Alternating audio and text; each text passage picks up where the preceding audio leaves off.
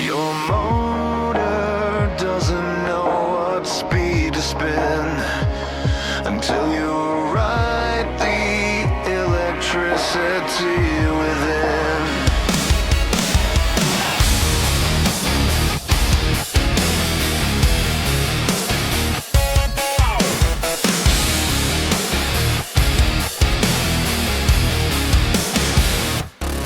Standard power comes in at 60 hertz, but like a motor to the grid and efficiency hurts. Every pump, every fan, every conveyor line slammed to full speed, that's an outdated design.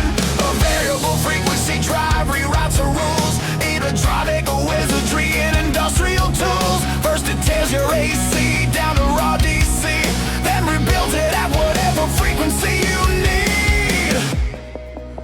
But here's where it gets insane.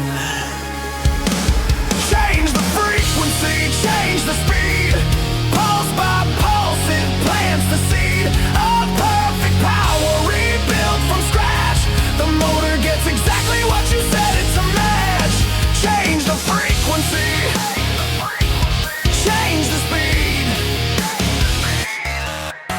16,000 switches, single second. RGB trim transistors faster than you reckon. They chop your DC into bursts of on and off. Pulse with modulation, that's the secret sauce.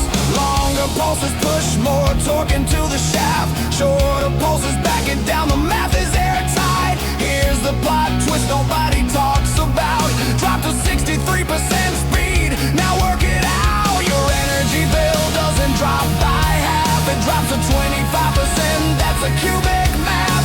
Affinity laws don't lie, they're carved in physics stone. The motor doesn't know, but your power meters blow. Change the frequency, change the speed. Pulse by pulse, it plants the seed of perfect power, rebuilt from scratch. The motor gets exactly what you set it to match. Change the frequency, change the speed. Change the frequency.